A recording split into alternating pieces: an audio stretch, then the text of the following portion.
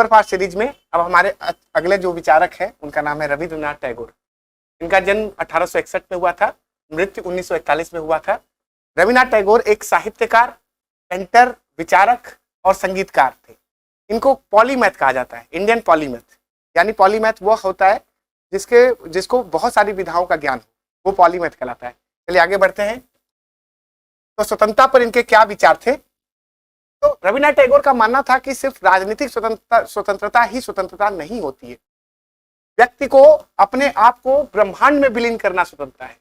किसी भी बंधनों से मुक्त होकर के व्यक्ति जब सार्वभौमिक हो जाता है तो वो स्वतंत्र हो जाता है।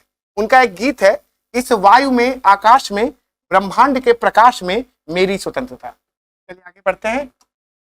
राष्ट्रवाद, ये बहुत ही महत्वपूर्ण यहां से प्रश्न आते हैं। राष्ट्रवाद आखिर है क्या?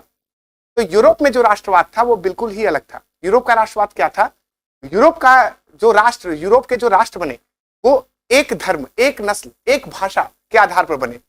रविंद्रनाथ टैगोर कहते हैं कि अगर हम इस तरह का राष्ट्र बनाएंगे तो हमें नष्ट होने में समय नहीं लगेगा। तो वो कहते हैं कि टैगोर का राष्ट्रवाद पश्चिमी के राष्ट्रवाद की तरह संकुचित नहीं था, बल्कि इसकी पृष्ठभूमि में विश्व भ्रातृत्व का समावेश था। कहते हैं कि हम किसी बंधनों में नहीं रह सकते, न तो जाति के बंधनों में, न तो धर्म के बंधनों में, न तो नस्ल के बंधनों में। बंधनों की शुरुआत हमारे पैदा होने से ही हो जाती है। जैसे ही हम पैदा होते हैं हमें एक टैग दे दिया जाता है कि लड़का है या लड़की है, पहला बंधन वहां हो जाता है। पहली पहचान की समस्या वहीं से शुरू हो जाती है। फिर किस कुल में पैदा हुआ, फिर किस जाति में पैदा हुआ, किस नस्ल में पैदा हुआ, किस देश में पैदा हुआ। तो ये बहुत सारी बंधनें हैं जो हमको बांधे रखती हैं।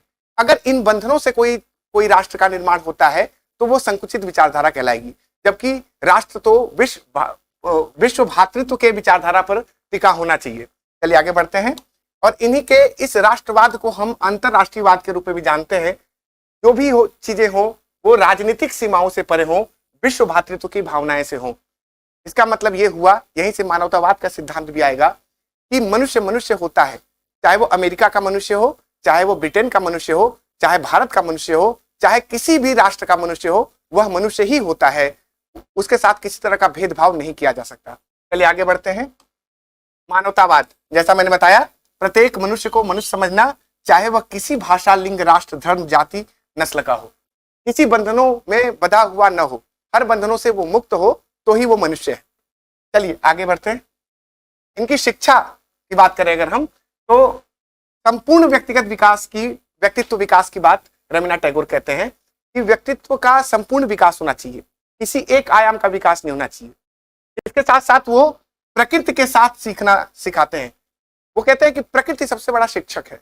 अगर प्रकृति के आधार पर हम शिक्षा ग्रहण करेंगे तो हमारी जो ग्रोथ होगी वो ज्यादा होगी, हमारा व्यक्तित्व ज्यादा निखर के आएगा। इस शिक्षा में शारीरिक, मानसिक, सांस्कृतिक सभी उद्देश्यों की पूर्ति की भावना थी। तो अगर आपसे पूछा जाता है कि रविंद्रनाथ टैगोर की शिक्षा क्या था, तो संपूर्ण व्यक्तित्व विकास, प्रकृति के साथ सीखना, शारीरिक, मानसिक, सांस्कृतिक उद्देश्यों की पूर्ति। अगले पे आ जाते हैं। भारत के विषय में इन्होंने क्या कहा है? क्या भारत एक चीज से बड़ा ही नहीं, यहाँ बहुत सारी संस्कृतियां आई और इस भारत रूपी देश में आकर के विलीन हो गई। जैसे कि मधुमक्खी बहुत जगहों से पराग लेकर के आती है और शहद का निर्माण कर देती है, ऐसे ही भारत में बहुत सारी संस्कृतियां आई और भारत में आकर के विलीन हो गई। जैसे आर्य आए, अनार्य आए, शक, हूण, दल, पठान, मुगल आए और एक देह में आकर के लीन हो गए, और वह देह, उस देह का नाम है भारतवर्ष। तो भारत को हम एक नस्ल, एक जाति, एक भाषा के आधार पर हम विभाजित नहीं कर सकते। बहुत सारी संस्कृतियां बहुत जगहों से उनका बहुत जगहों से उद्गम स्थान था, वो भारत में प्रवेश की और इस भारतीय संस्कृति को निर्मित की। चलिए आगे बढ़ते हैं।